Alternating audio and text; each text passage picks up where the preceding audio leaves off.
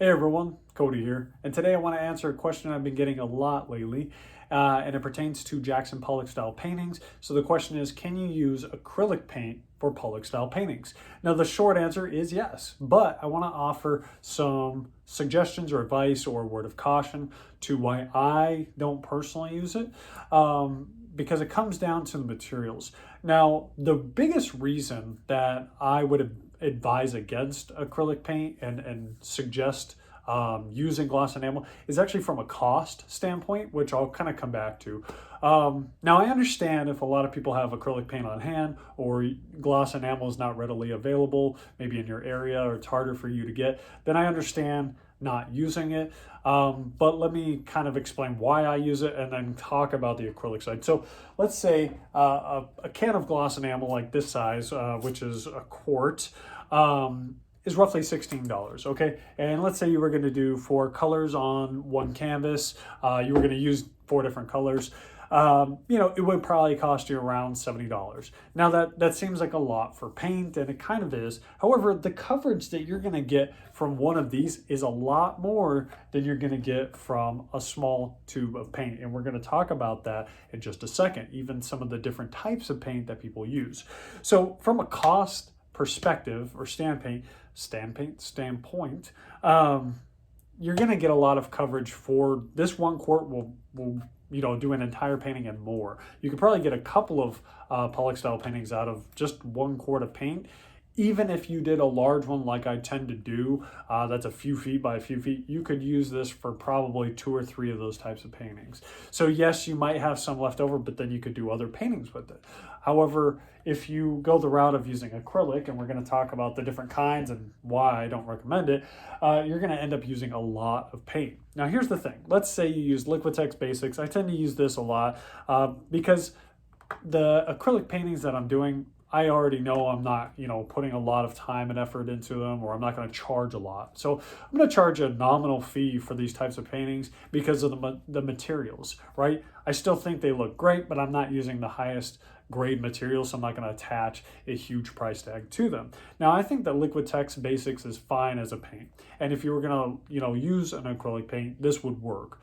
Now, just thinking about the cost, right?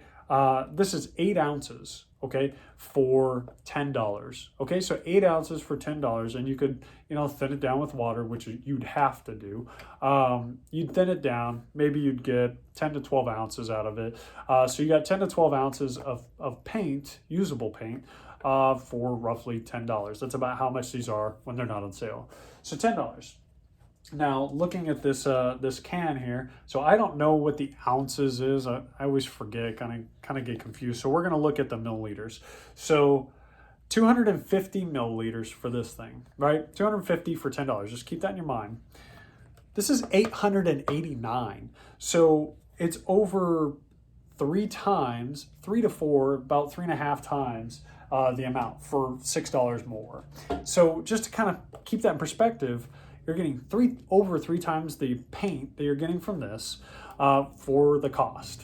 Okay, so you're not even paying double the cost to get 3 times the amount. So just again, kind of keeping that in perspective. Also, the gloss enamel is already a liquid paint. So you can thin it down a little bit, and sometimes I do, but you could also just use it right out of the can, depending on how you're going to go about doing that Pollock style painting, what tools you're gonna use and your technique and stuff like that. But you could just use it right out of the can. Sometimes I do that. But if you want more splash, you could add just a little bit of water, and guess what? House paint or gloss enamel is already kind of made to be diluted just a little amount anyway. So you can literally get even more paint. You could probably reach that 1,000 milliliter mark just by adding a little bit of paint or a little bit of water to that paint can, and you're gonna get that 1,000 milliliters. So again, you got 4 times the paint for not even twice the cost. So just again, from a monetary standpoint, you get way more value out of gloss enamel. So kind of coming back to that. So let's say you don't use a paint like this, you use a cheaper paint. Well, again, you could use something like Liquitex Basics. I think you could even use like an Artist Loft, thinned out, and probably be okay. But here's the big reason I advise against using acrylic for Pollock style paintings, because some acrylic paints will crack, okay? I've had this issue with not only Pollock-style paintings, but poured paintings, where I would do a poured painting, and then when it dried, that paint actually either shriveled or it cracked.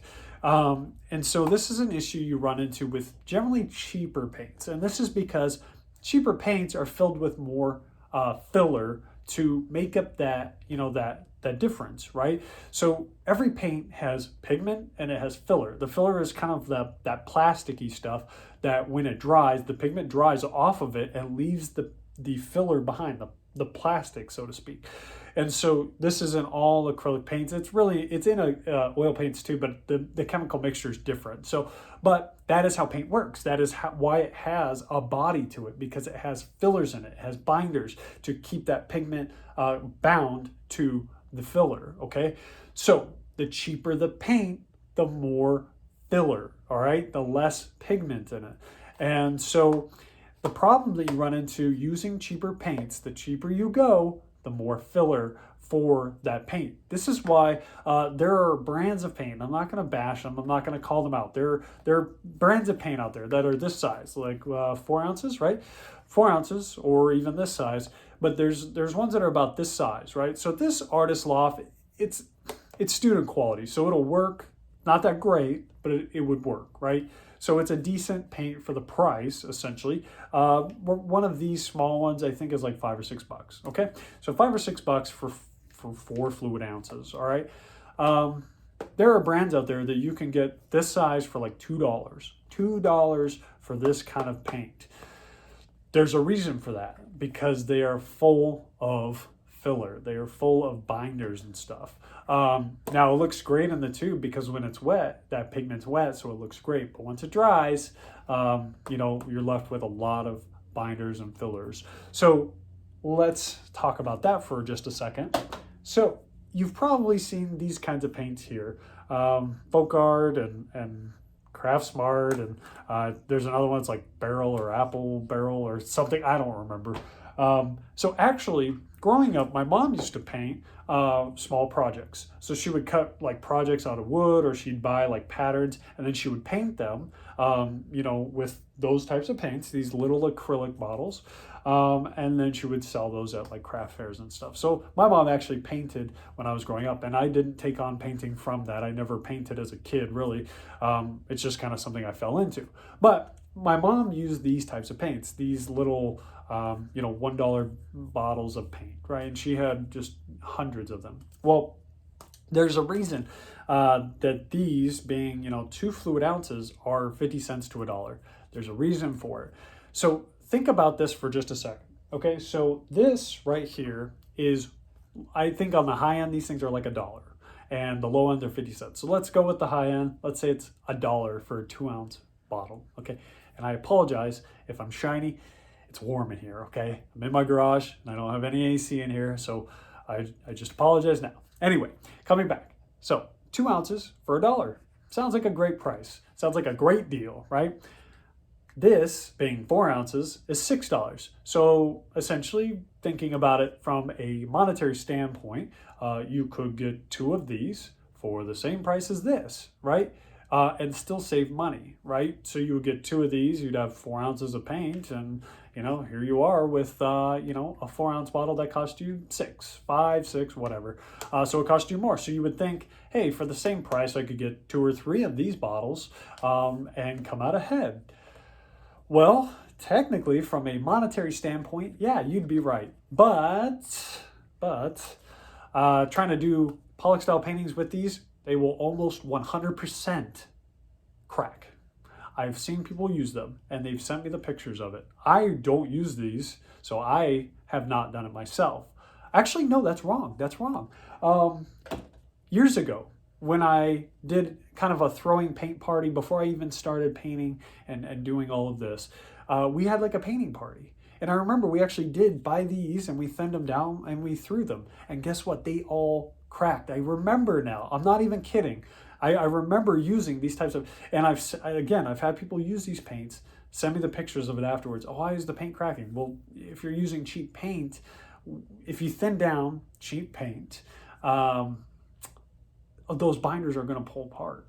okay? And it's going to crack, because once you thin it down, you're separating those binders, and you're stretching them out, right? And then once they dry, they crack because they're brittle. So ultimately, you can use whatever you want, okay? I'm not telling anyone how to do their paintings. I'm only telling you from my perspective and my experience that acrylic has challenges. Now, I'm gonna come out of the gate and say, don't use these. All right, these paints are fine for small projects. They're fine for doing crafts with kids. They're fine for even doing regular crafts, painting wooden designs like my mom did. She had no issues with cracking using these paints because she painted small. She only diluted it just enough to get the brush wet.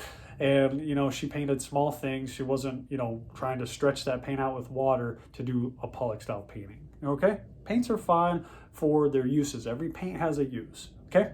So using the small value ones that you can get off the shelves for 50 cents to $1, I'm not going to recommend it. Now, I'll give you my advice at the end on how you can kind of find out if this is going to work for you.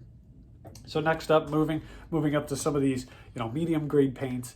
I don't think I've had issues with the Artist Loft or the Liquitex. So those ones are kind of like the medium price range. I don't think I've had any issues with them, not that I can recall, but your experience can be different. Now, this also comes down to how much you dilute those paints. So if you're adding more and more water to really thin it out, then yeah, even better paints can still have an issue of cracking, because you're stretching those binders beyond their limit. So what I would say is that there are, flow extenders and stuff like that you can get, or pouring medium that you can add to acrylic paint that actually allows it to kind of stretch without breaking those binders down. So that is something that I would consider looking into. However, I don't really have a lot of experience with pouring medium or flow extenders, because that's not like my niche is not poured paintings, so I couldn't tell you. But I don't think I've had issues with those ones. And then if you move into higher end paints, you probably won't have any issues at all. So what is my ultimate recommendation? Well, I'm going to say to use gloss enamel or even house paint. But again, even if you thin those down too much, they could still run the risk of cracking, because if you use any paint and you thin that paint beyond its limit, it can crack, because you're going past those binders' ability to stay together, to keep that paint together. Okay, so just keep that in mind. So just a little bit of dilution on those, no matter what you choose. So here's what I would suggest if you're if you are just really set on using acrylic paint for a Pollock style painting. What I would recommend is using a couple of different paints that you have, no matter what it is, okay? If it's house paint, if it's acrylic paint, whatever you have or you're considering using, here's what I would suggest. I would get a couple of different ones, maybe different brands, a couple different colors, or if you only have one brand that you really want to try, just get that one brand, whatever, and dilute it a little bit at different kind of rates, right? So one that you just barely add a few drops to and kind of stir, see how that comes out. Another one that you actually add more water to, and test them out on a surface. So it could be a blank canvas, it could be cardboard, it could be wood, it doesn't really matter. It will probably crack no matter what it's on, if it's going to crack. So, I would recommend canvas, just because that's probably the surface you're going to use ultimately. So I would just get a small canvas and throw paint on it with those diluted paints, knowing, how much you diluted it, or, maybe record yourself or write notes or something, so you know how much you actually diluted it, or just kind of keep track of it. One way that I measure paint is, what I'll do is I'll get a Solo cup or whatever, a clear cup, and I'll put a certain amount of paint in there, so I know how much paint I used in that. So I'm not measuring the paint per se with like a measuring cup, but the water I will. So when I was testing different consistencies for gloss enamel, this is what I did. I would measure the paint out the same amount in different cups, but then I would add different amounts of water with actual measuring spoons or measuring cups. So that's something that I did. You don't have to go that far, but just knowing how much water you've added and then testing it out. So actually doing doing a mock painting with that, letting it dry, giving it a day or two to dry, and then kind of coming back to it and looking to see, did it crack? Because if it's going to crack, it's going to crack in the first 2 days of drying. And then, it could crack after that, but by then, once all the water's evaporated out of it, that bad boy's going to crack or it's not. And again, seeing it with the cheap ones, I have seen it with these for sure. I don't know about some of the higher end paints. Again, I don't think I've had an issue with cracking with those. And get this, I've even had gloss enamels crack when they dried, but cheaper versions of gloss enamel. So again, it all depends on the quality of the paint. But the Dunn Edwards gloss enamel that I use, I've thinned that thing down and it has not cracked at all. So it's just a high quality paint. So that's why I'm willing to pay more for a high quality paint, because I know I can stretch it a little bit and it's still going to work. So that's just it. That is the entire video. Hopefully you got some kind of, you got some knowledge out of this, or a little bit of, answers to some of the questions I've been getting pertaining to Pollock style paintings and why I use gloss enamel and can you use acrylic paint. So that's my ultimate suggestion and advice based on that. If you have any other questions, you can leave them in the comment section. I will try to answer them. But I appreciate y'all. If you liked the video, let me know. If you didn't like it, thumbs down if you want. But that's pretty much it. So I will see you guys in another video. Take care. God bless. And I'll see you then. Bye, guys.